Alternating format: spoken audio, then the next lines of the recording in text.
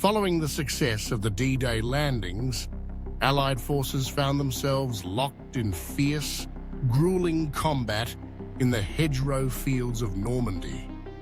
The Germans had regrouped, holding vital ground around cities like Caen with determination.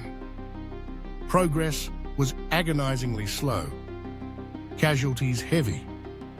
To break this deadlock, the Allies launched Operation Cobra in July 1944. Led by General Omar Bradley, American forces spearheaded a massive breakout, leveraging overwhelming air power. Despite friendly fire setbacks, the operation shattered German lines, paving the way for a rapid Allied advance. Following the successful landings on D-Day, Allied forces found themselves in a brutal and grinding battle in the hedgerow countryside of Normandy. The German army had regrouped and fortified positions inland, especially around the city of Caen.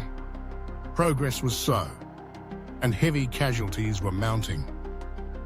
To break the stalemate, the Allies planned Operation Cobra.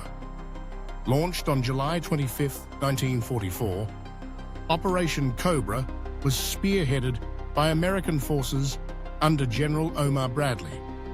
Its goal was to punch through the German defensive lines and allow for rapid movement into the French interior. The operation began with a massive aerial bombardment by over 3,000 aircraft, which devastated German positions, but also inadvertently caused friendly fire casualties among American troops. Despite the challenges, the breakout was a success. German units, caught off guard and demoralized, began to fall back. The Allies exploited the breach, pouring armor and infantry through the gap. By early August, American forces reached Avranches and swung into Brittany.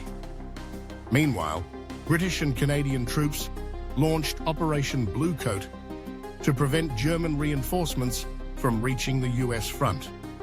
The breakout from Normandy marked the end of the static, attritional phase of the campaign.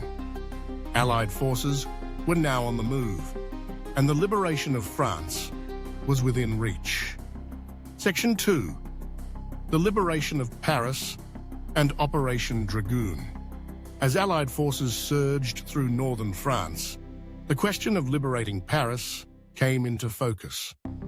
Although General Eisenhower initially planned to bypass the city, fearing heavy urban combat and logistical complications, a spontaneous uprising by the French resistance in mid-August forced the issue. The resistance, emboldened by the Allied advance, launched a general revolt against the German occupiers. Street fighting erupted across the city. On August 25, 1944, the French 2nd Armored Division, under General Leclerc, entered Paris, supported by American forces. The German garrison surrendered with minimal destruction, and the city was officially liberated the same day. Crowds filled the streets, cheering Allied soldiers and celebrating their freedom.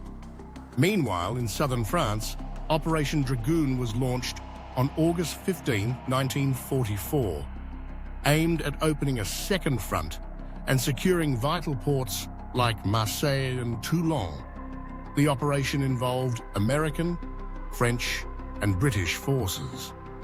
The landings met less resistance than expected. Within a month, Allied troops had linked up with the forces advancing from Normandy, securing most of southern France. Together, the liberation of Paris and success of Operation Dragoon restored French national pride, provided new supply lines, and tightened the noose around the German army in the west. In the aftermath of Operation Cobra, Allied forces moved to encircle German troops retreating eastward. The Falaise Pocket became a critical battleground. German units under Field Marshal Günther von Kluge found themselves trapped between converging Allied armies. Fighting around the towns of Falaise, Argentan, and Chambois was intense. German forces attempted to break out, while Allied units tried to close the gap. By August 21st, the pocket was sealed. Over 50,000 German troops were killed, wounded, or captured. The destruction was so complete that General Eisenhower described the scene as a battlefield of death.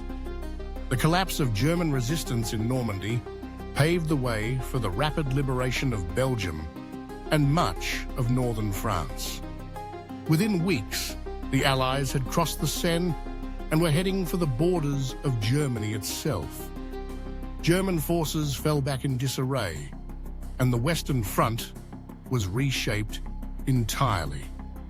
Section 4, Operation Market Garden, and the race to the Rhine. Buoyed by their successes, the Allies planned a bold strike into the Netherlands called Operation Market Garden. Conceived by British Field Marshal Bernard Montgomery, the operation aimed to capture a series of bridges leading to the Rhine River, opening a path into northern Germany. Launched on September the 17th, 1944, Market Garden combined airborne and ground assaults. Paratroopers from the US 101st and 82nd Airborne Divisions, as well as the British 1st Airborne Division, were tasked with seizing key bridges. Ground forces, primarily British XXX Corps, were to link up with the airborne units.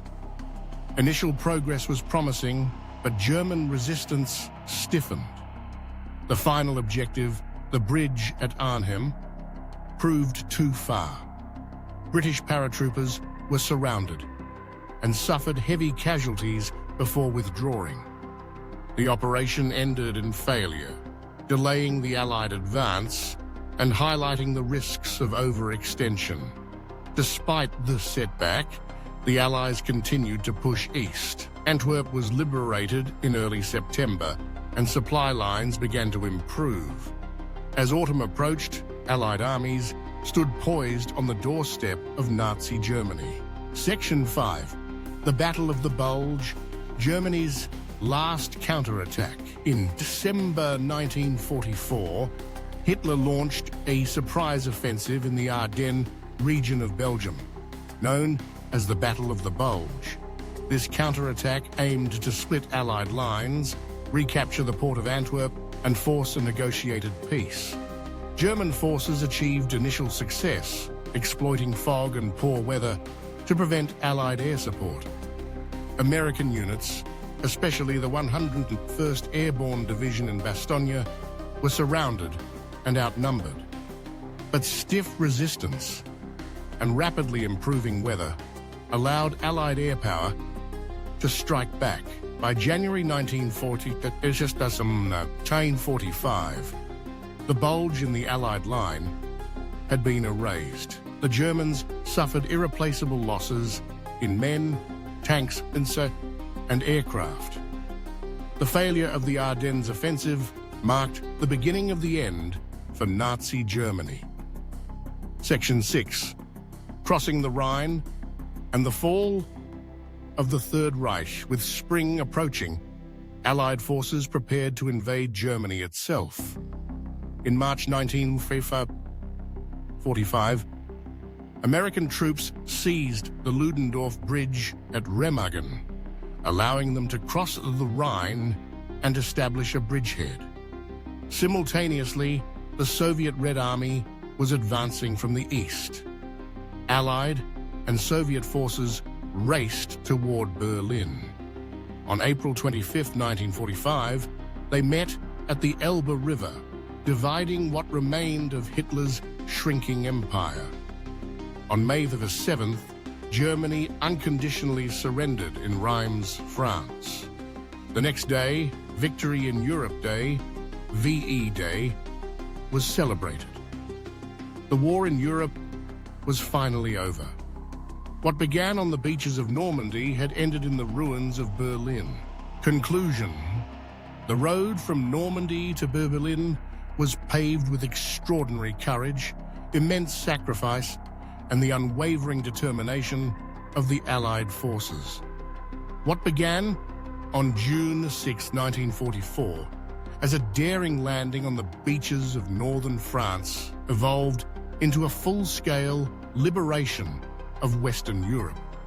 Each operation, whether successful or flawed, pushed the Allies closer to their goal. The collapse of German defences after the Normandy breakout, the symbolic liberation of Paris, and the hard-fought victories in the Ardennes and at the Rhine revealed the relentless momentum of Allied strategy.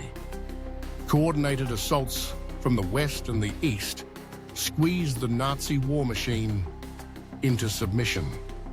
Part 2 of this documentary captures not just a military triumph, but a human one, the restoration of freedom, the rekindling of hope, and the beginning of the end for tyranny in Europe. The story of D-Day does not end on the beaches, but carries forward in every bridge crossed, every city freed, and every life reclaimed from the grip of war.